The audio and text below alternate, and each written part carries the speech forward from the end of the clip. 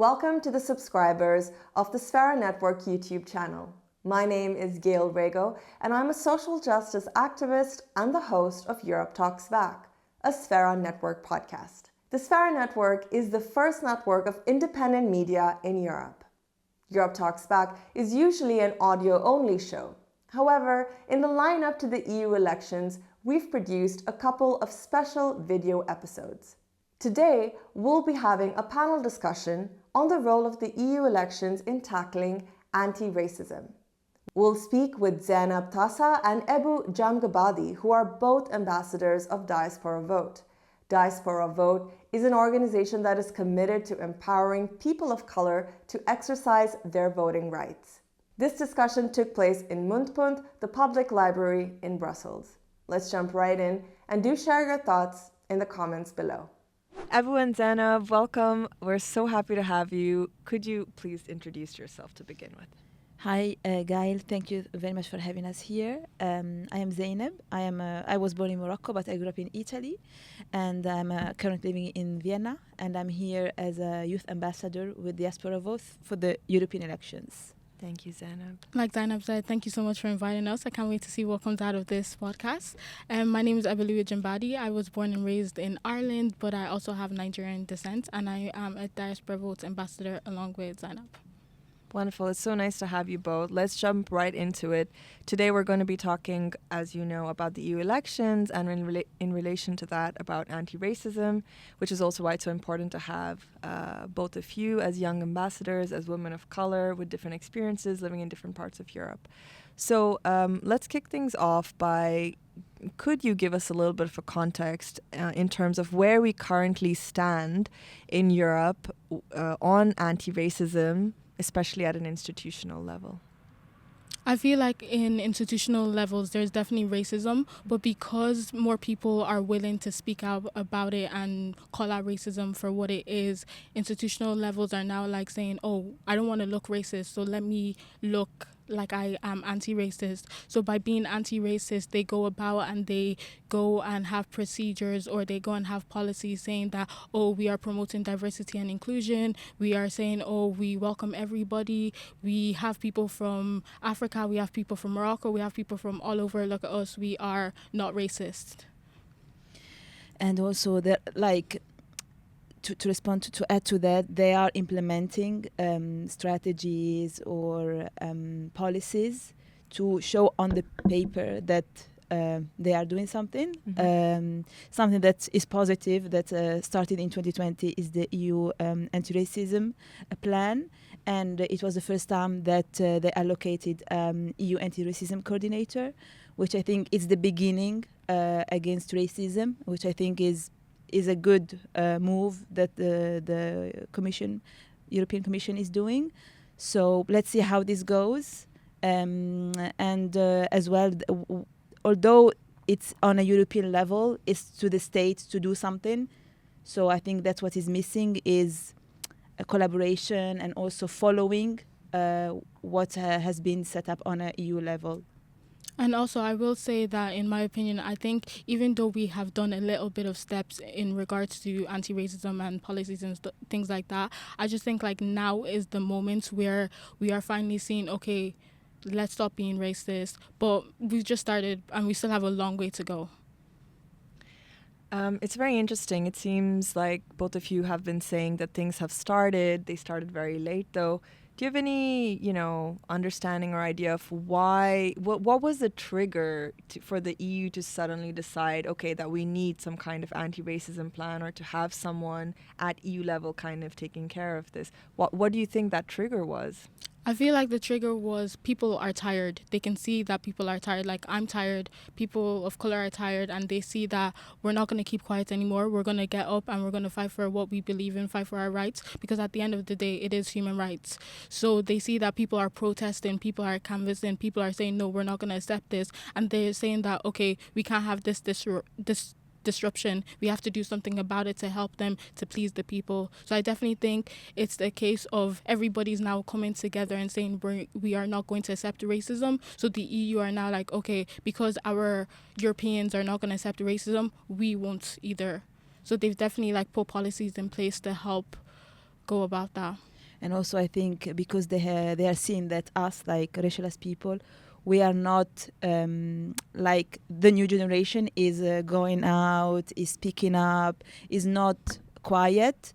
So that's why they said, oh, we have to do something, because otherwise they may go against us. That's how I see it. Mm-hmm. Okay, so I'm hearing that in a way, because people, the younger generation, were tired, and we are pushing and kind of making sure that politicians stay accountable to us as they should. Definitely. And it seems like they're taking those first steps. Let's talk a little bit about voting. The elections are coming up. You're both ambassadors around the EU elections. Do you think voting is important? And what is at stake if we don't vote? I think that voting is important, although I know that some people say, what's the point of voting? You know, we vote, but nothing changes. I understand where they're coming from, but still we need to do that, because by voting we show that we exist, that our voice matters, that we are European citizens, so we are exercising our right that has been given to us. And there are so many people that unfortunately don't have that right because they don't have the citizenship.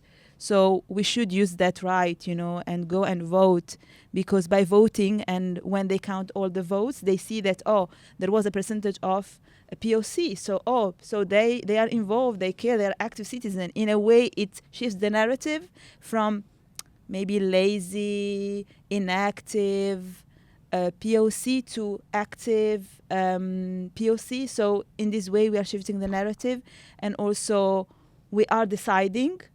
Although I know not always like we decide what we want, but we are taking the first step to decide who we want to represent us at the EU level. That's why I think we should vote. And if we don't vote, we just let them decide for us and make all of the decisions for us. And we cannot just take this not as granted, but we shouldn't just let this go, because then they are not going to take us into consideration, and they're not going to put in practice policies or laws that are protecting us. I 100% agree with everything Zainab said. I think it is so crucial to vote. This is going to be my first time voting because I just became of the legal age, but I am definitely going to be voting. In Ireland, the European elections falls on the 7th of June, so I know where I'll be at on the 7th of June. But yeah, I think voting is very important. And like Zainab said, there's people out there who say, oh, it's just one vote. What does that matter? But that one vote could be the deciding factor in what changes like the whole outcome of the vote. So I think voting is definitely important. And if we don't vote, then you're just wasting away the vote. I also feel like a lot of people are speaking a lot about, oh, we want change. But like, if you want the change to occur, you have to be willing to do something for that change to occur. And I think an action for you to do for a change to occur is to vote, because that will really implement policies and everything like that, because everything that's going on in the EU will affect you in your own European country. So voting is very important.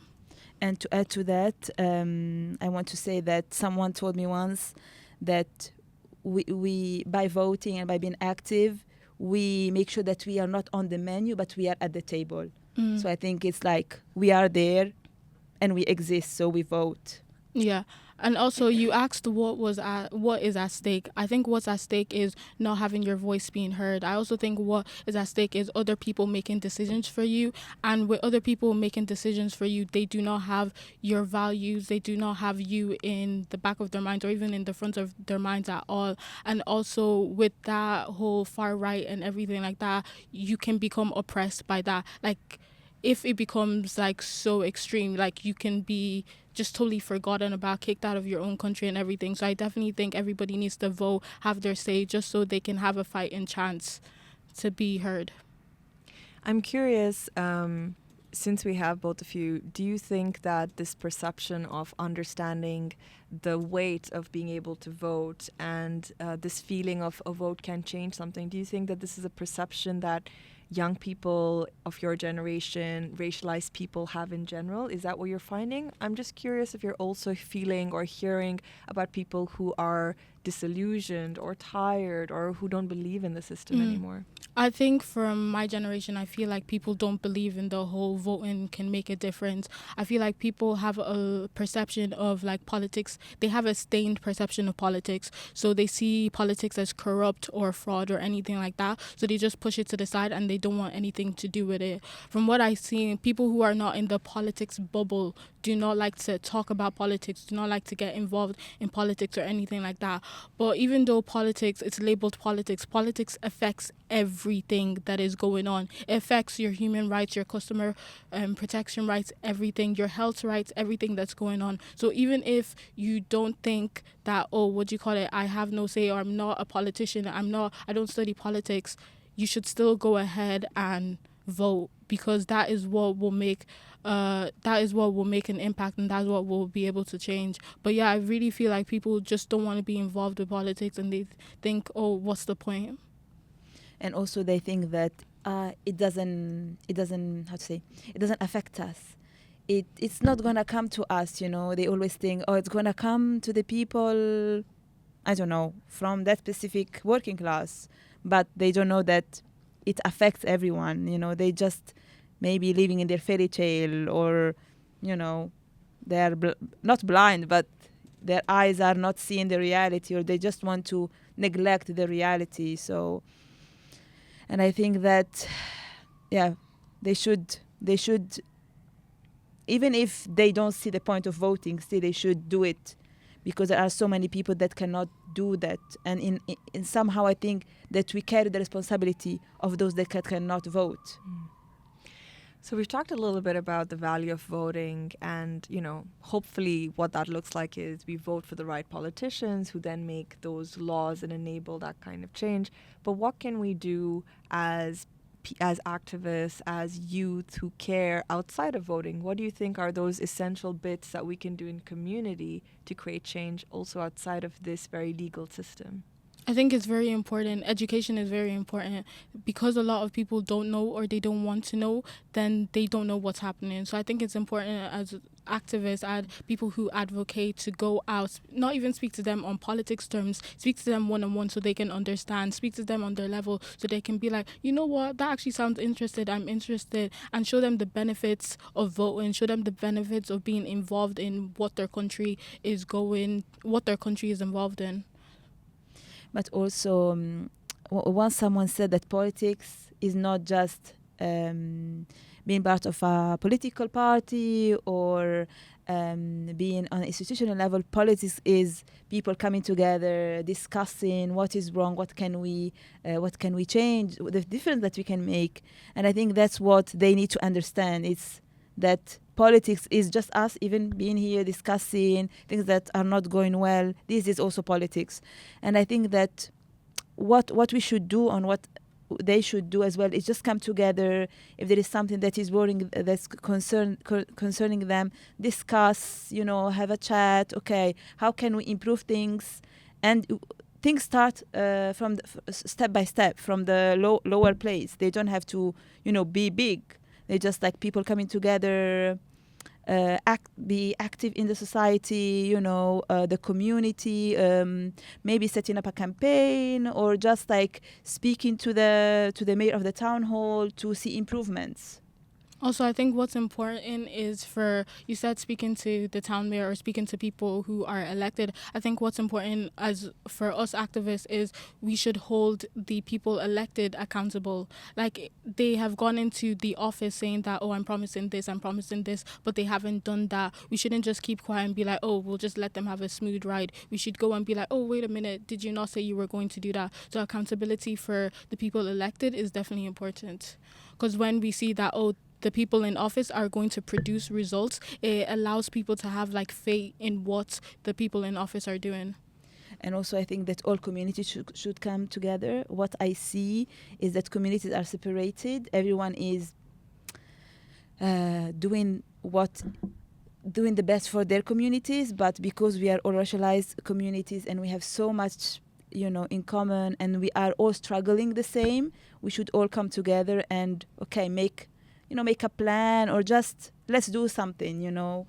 even like just showing what our culture is, or sharing with the values that, that we follow as racialized communities. Let's talk a little bit about representation. It's a word that we hear very often when we talk about a lot of different kinds of marginalization, and especially with anti-racism or oppression of marginalized or racialized groups. I wonder what your perspective is on, is representation important? What does good representation look like? And what can happen if we have the right representation? What could that best alternative future look like if we had it in place? I think good representation is important, or like for me, I think representation is so important to me, because if I see someone, a person of color, not even, they don't have to be black, but if I see a person of color as an MEP, I'm like, okay, I can make it there one day. If they could do it, then I can do it. So it gives me hope for the future, and it also gives me hope that, what I'm doing now is not in vain. I'm not struggling now just so I can end up not doing what I want to do. So I think that definitely gives me hope, and it gives me strength to keep fighting for what I believe in. I also think good representation is definitely important. Representation is not about how you look, it's about your values, your beliefs, what you fight for. So if someone who is white has the same values as me, I'm going to vote for them, because I know that, this person has the same values and they know what is important to them. I totally agree with Ebu. Representation is very important because it shows that these people that are like me, so as well, they are valued, they matter. So that's why I think it's very important, and I agree definitely with her, with what she was saying. It's not about how people look like. Of course, if someone is like me, hijabi woman, I would be very happy because, I see myself in her. But if someone shares the same values, and if someone has social justice at heart and human rights at heart and wants to really destroy discrimination here in Europe, I would vote for them, even if they are not maybe like me, Like, to me, it doesn't really matter. So, like, I believe it's very important to be careful on who to vote to, because as well, sometimes we have representation, but those people, they are either against the values that respect POC, or the values that are for human rights. So we have to be careful as well, and not to go there blind, or just because they look like me, I vote for them. It doesn't matter what they say, what they do. Even if they are with the far right party, I would vote for them. We have to be careful about that. And I think that sometimes it may happen that POC, they get a bit triggered, or they are, not really looking at what that person is bringing to the table. So I think we need to do our research and look for what is really going to make the difference to us POC.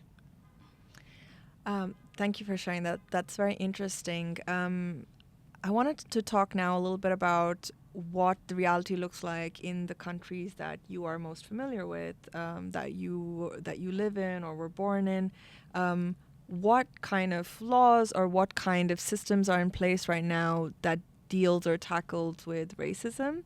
Also, just to understand what different countries are doing, and therefore also, do you think, we talked about it earlier, that an EU approach is needed, but I want to understand a bit more why an EU approach can create value compared to like the different things that different countries are doing in Europe.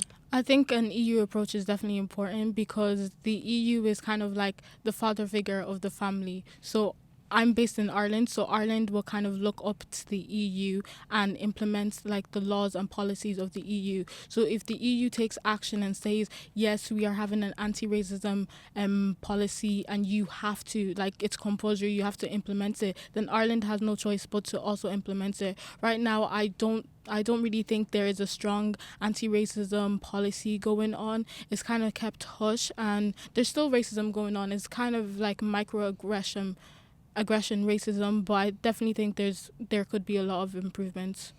I agree with Ebu as well, because I think that if the EU makes it compulsory and mandatory, then the EU countries would be obliged to apply that plan or those policies. And I, as well, in Italy, I'm also from Italy. I don't see as well strong policies or laws against racism and discrimination. And unfortunately, I think like racism in Italy is quite strong, especially towards migrants, towards not legal individuals. And so I think if there is an EU approach, it would be probably more effective. Yeah, and I also think a EU approach will help in terms of travel. So, for example, if the EU says all the European countries have to implement the anti-racism, so if I go from Ireland to Italy, I won't be scared of being racially attacked. If I go from Ireland to Belgium, I won't be scared to be racially attacked. So, if the EU implements anti-racism policies for all of the European countries, then every person of color would feel safe traveling within Europe. The elections will soon be coming up, and of course, a lot of people who hopefully will be voting are thinking about who to vote for. I wonder, in what ways have you considered or done your research to identify the politicians that you are going to be voting for? So you don't have to necessarily share names or parties, but who are what kind of parties do you think are more in line with the values of justice, of fairness, of anti-discrimination in the countries that you know best? Like I said before, I think it's really important to hold someone who is in office accountable. So what I've done, I have looked at most of the people who are running for office have a politics background. So I have seen, what they have promised in the past and if they have delivered. If they have delivered, I'm like, okay, these people are true to the word. Like if they say something, they're actually going to go through with it. So I think a big part is to definitely research who you are going to vote for. Like, don't just go in there and blinded and just tick off the boxes just for ticking's sake, because that just happens to be a wasted vote. So I think it's definitely important to research, and also to see, if you want, you can also talk to people and see their perspectives. And I know that they are campaigning right now, so if you want, you can also go up to the people who are running for a campaign and just have a conversation with them and say, what are you trying to bring to the table? What are you going to do differently? How are you going to actually make a change? Yeah, I agree with Ebu. I would add just as well, look for them maybe on the social media. Maybe they also have their social media, and see how, how they speak when they are interviewed on, what's like topics that are currently, going on in the world. So like, what is their perspective on specific topics? And if you care about the topic, for example, think twice before voting, I would say. So just to research them, talk to people, think about, discuss with people, because maybe people have different perspectives, see things differently. And we vote who we think is the right person. And then if they don't do what they have done, at least we have done our part. Of course, we have to keep them accountable, as Ebu was saying. Let's talk a little bit now about data. Again, I think from the people of color space, and when we talk about racism or other forms of discrimination, I often hear activists talking about not having enough data.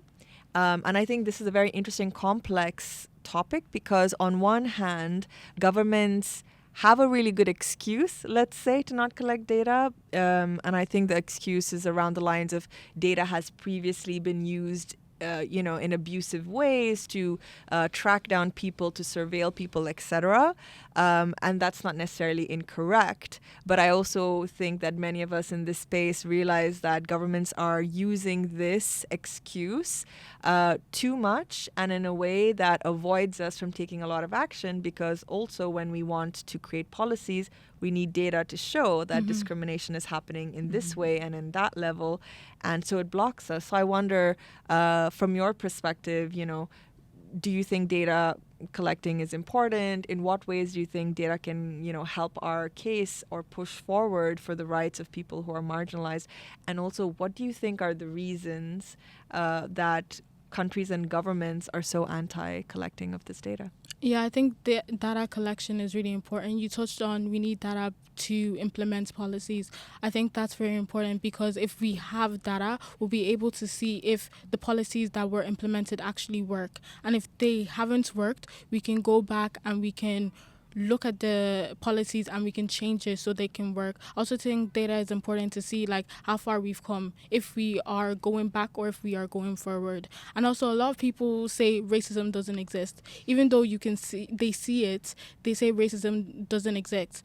So I feel like if we had data, they would have no choice but to finally accept, okay, wait a minute, there's maths to this. There's actually proof, there's actually facts happening, and they might start to believe it. And in regards to countries not wanting the data, I think they don't want to accept that they're racist. So they just want to hide it away. So if the data is not in front of them, they're like, this doesn't exist, and they can just go on with their lives. But definitely, I think data collection is really important, and it should definitely happen. And I think as well that with the data, it shows the the weight of racism and discrimination. Like if we know like exactly how many cases have been, then we can like push more, advocate more for policies, for laws, for action to be taken. Because now, like when they tell us, oh, we don't have data, then it's not on their agenda, it's not their priority. They're just, yeah, sorry, but we don't have data. So how are we going to tackle this? That's why I think that data is important. And I know that there are organizations, NGOs, that are pushing a lot to collect data, and doing researches, because they need data to bring their case on. I hope it makes sense. Yes. I think data is also important because it allows you to see like what type of racism is happening or where the racism is happening. Like the racism, if we had data, we could see the racism is happening in the police, it's happening in education, it's happening at work. And with that, we would be able to tackle and combat that racism and go forward to make sure it doesn't happen. Do you want to add anything around what systems and tools or processes we have currently that are actually working, you think? We talked a little bit about the anti-discrimination plan, for example. Are there other things like that at national or EU level that are good examples of what moving in the right direction looks like? I think in terms of like Erasmus Plus allows people to travel around, experience different cultures. And I feel like when you travel around, you experience different cultures, you become more open. So I feel like young people or anybody who's able to do Erasmus Plus should definitely go ahead and do that. And also I think that the EU should help, like it's racism starts from down upwards. So like what you learn from when you're young. So I feel like they should definitely start from primary schools, secondary schools, high schools, college, and build its way up. I think as well there are some bodies or agencies that exist in the EU, which I think it's a good starting point. Because they're focusing specifically on racism and discrimination, like the Fundamental Rights Agency, and also ECRI as well. I think they're doing a good job because it is their daily job to collect data, to make reports, and also to create reports with data for specific countries. And as well, there are NGOs like ANR, for example, which are also doing a great job. And every year they organize during the Anti-Racism and Diversity Week, they organize a conference with ECRI, with some MEPs, which I think is a good starting point, to invite MEPs, to have the anti-racism coordinator discuss what is happening, what's the future. So I think things are moving, although slowly, but they are moving to a good direction. And there are more people are more interested and more really discussing about the topic, working on it, especially civil societies.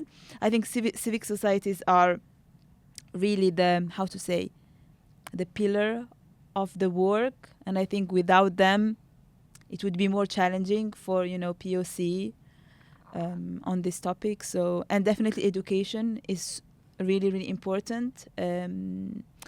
Although they advocate for, cultural, mixing, cultural diversity, but still I think sometimes even teachers, have bias, or teachers have their prejudices or stereotypes which they pass to children.